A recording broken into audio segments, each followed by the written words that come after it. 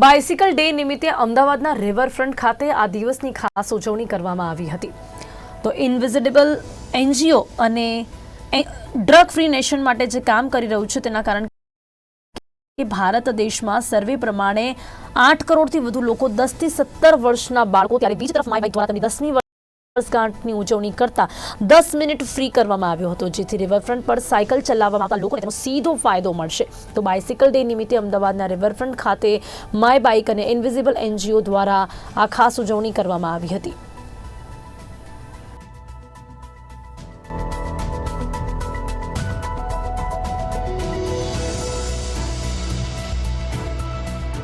સો riverfront અમે આજથી 6-7 વર્ષ પહેલાં ચાલુ કર્યું હતું અને 10 સાયકલથી અહીંયા જ સરદાર બ્રિજના નીચે અમે ચાલુ કર્યું હતું ને આજે 500થી પણ વધુ સાયકલો અમારી રિવરફ્રન્ટ પર છે.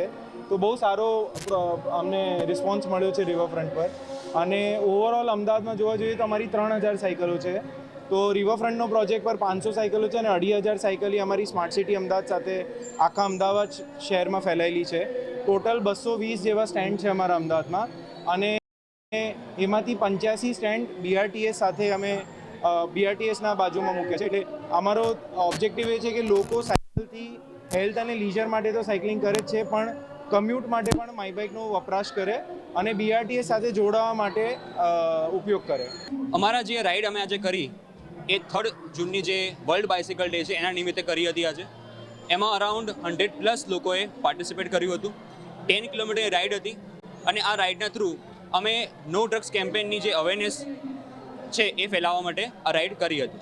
અત્યારે ઇન્ડિયામાં અરાઉન્ડ 8 કરોડ લોકો ડ્રગ્સથી એડિક્ટ છે અને એમાંથી પણ અરાઉન્ડ 7 લાખ લોકો દર વર્ષે ડ્રગ્સના કારણે ડેથ પામે છે.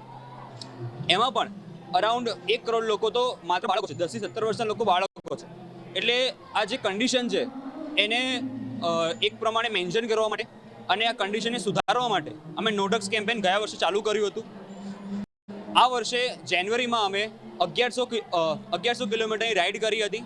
એમાં ઓલ ગુજરાતના મોટાભાગની સિટીઓને કવર કરી હતી, જેમાં 6 સાયકલિસ્ટ અને 11 બાઇક રાઇડર્સ જોડાયા હતા. જે રાઈડ અરાઉન્ડ 10 ડેઝ સુધી ચાલી હતી અને એનો એક નાનકડું આજે સ્વરૂપ 10 કિલોમીટર રાઈડ અમે કર્યું હતું.